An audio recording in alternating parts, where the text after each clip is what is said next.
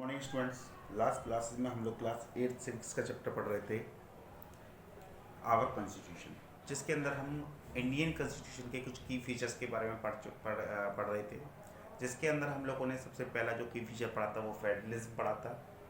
दूसरा जो हमने पढ़ा था वो पार्लियामेंट्री फॉर्म ऑफ कॉन्स्टिट्यूशन पढ़ा था, पार्लियामेंट्री फॉर्म ऑफ गवर्नमेंट पढ़ा था। तीसरा हम लोगों ने सेपरेशन ऑफ पावर पढ़ा था। फोर्थ हमने फंडामेंटल राइट्स पढ़ा था। आज हम लोग इसी का फिफ्थ की फीचर पढ़ने वाले हैं जो है सेकुलरिज्म। सेकुलरिज्म क्या होता है ये हमें पढ़ना है, क्लियर है। सबसे पहले हम इसका मीनिंग देखते हैं। मीनिंग ऑफ सेकुलर, सेकुलर का मतलब क्या होता है। अगर आप गूगल पर डालें सेकुलर का मतलब तो वहाँ पर कुछ इस तरीके से आएगा, not connected to any with any religious matter, किसी भी रिलीजियस मैटर से ना जुड़ा हुआ, या फिर आएगा वहाँ पे not connected with spiritual matters, यानी किसी भी एक धार्मिक मैटर से ना जुड़ा होना, यानी कि किसी भी एक धार्मिक चीज़ से नहीं जुड़ी, किसी भी रिलीजियस चीज़ से नहीं जुड़ा होना। जैसे कि मैं आपकी सिविक्स की बुक कहूँ तो आपकी जो बुक्स है वो कैसी है, वो सेकुलर बुक है।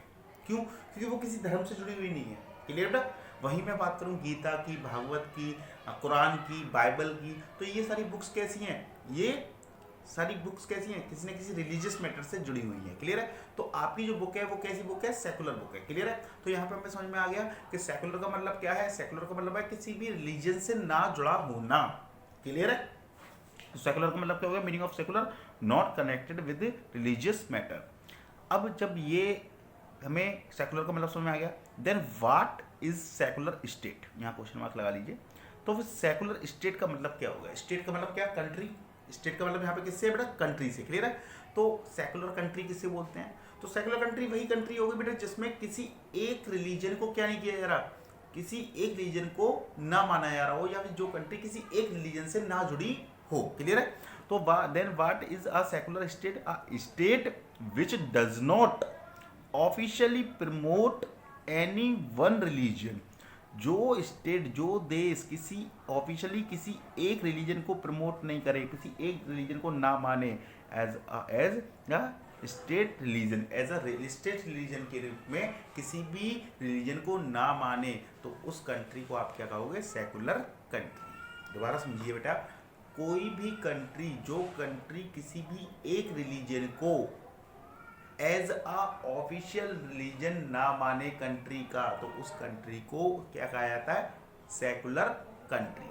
आप देखिए इंडिया के बारे में देखते हैं हम लोग, इंडिया के अंदर डिफरेंट रिलीजन के लोग हैं, लेकिन इंडिया की जो गवर्नमेंट है वो किसी भी एक रिलीजन को क्या नहीं करती है, नहीं मानती है। उसके अंदर सारे रिलीजन्स के लोग हैं, सारे रिलीजन्स को वो कैसा मानती है, इक्वल मानती है। तो जो कंट्री सारे रिलीजन्स को कैसा माने, इक्वल माने, तो उस कंट्री को हम लोग क्या बोलेंगे, सेकुलर कंट्री, क्लियर बेटा।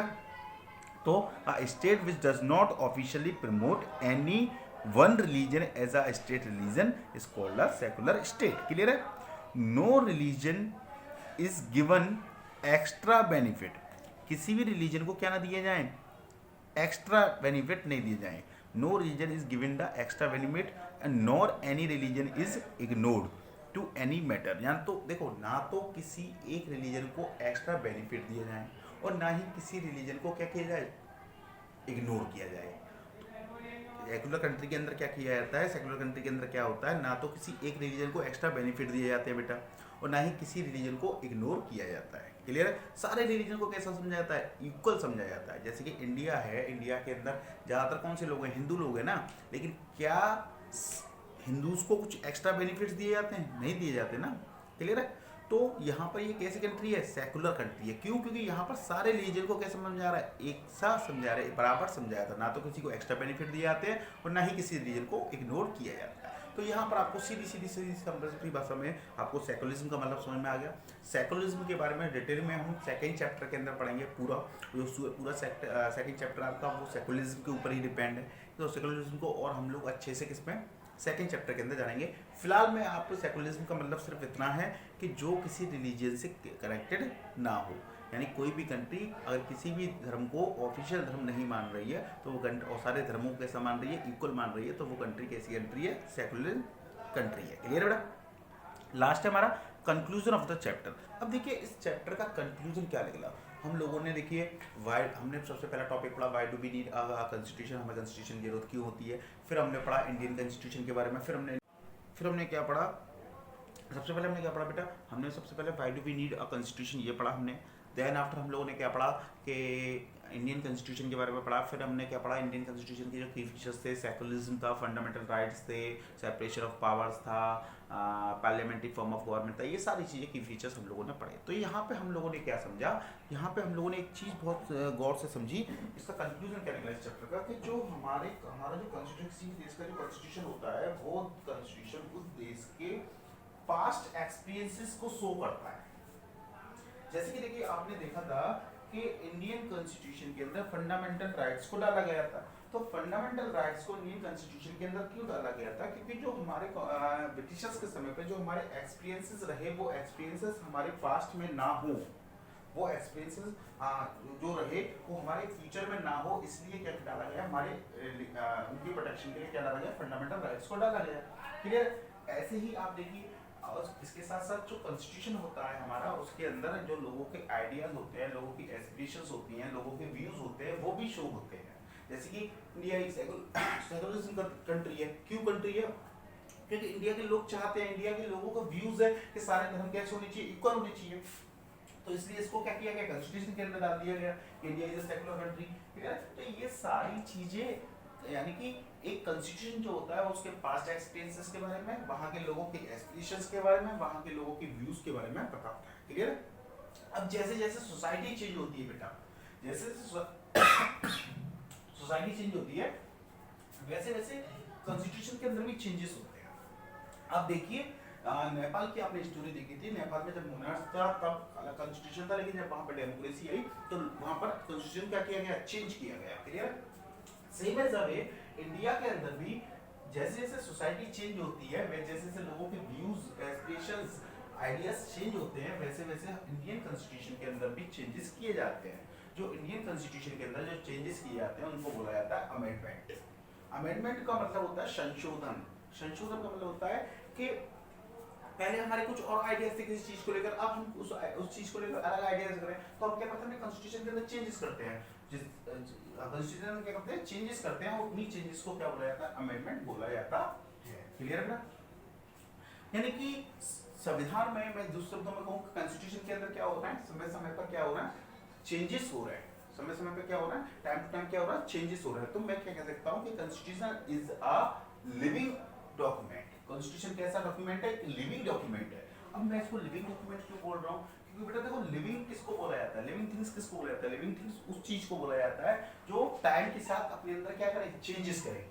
उस चीज को क्या बोलते हैं हम लोग, लिविंग थिंग्स बोलते हैं, जो समय के साथ क्या हो, चेंज हो। तो ये भी तो कोई आप देखिए, कॉन्स्टिट्यूशन भी क्या हो रहा है, समय समय पे, टाइम टाइम पे क्या हो रहा है, चेंजेस हो रहे हैं, उसके अंदर भी चेंजेस हो रहे हैं ना। तो इसको हम लोग क्या बोल सकते हैं, इसको हम बोल सकते हैं कि Indian constitution is a living document. एक लिविंग डॉक्यूमेंट है। क्यों लिविंग डॉक्यूमेंट है, क्योंकि इस टाइम टाइम पे क्या हो रहा है, चेंज हो रहा है। क्लियर है। ये हमारा यहाँ से कंक्लूजन निकलता है कि इंडियन जो कॉन्स्टिट्यूशन है वो कैसा कॉन्स्टिट्यूशन है, एक लिविंग डॉक्यूमेंट है। लिविंग डॉक्यूमेंट क्यों है, क्योंकि वो समय समय पे क्या होता रहता है, अमेंडमेंट उसके अंदर होते रहते हैं। ये हमारा कंक्लूजन हो गया, या हमारा ये चैप्टर कंप्लीट हो गया। एक वर्ड और मैं आपको बता दूं बेटा, इंडियन कॉन्स्टिट्यूशन जो है, अगर मैं उसको स्टार्ट करता हूँ, मैं शुरू से पढ़ता हूँ, तो सबसे पहले मुझे पढ़ने के लिए क्या मिलती है, प्रेम्बल मिलती है। प्रेम्बल क्या होती है ये आप समझ लीजिए।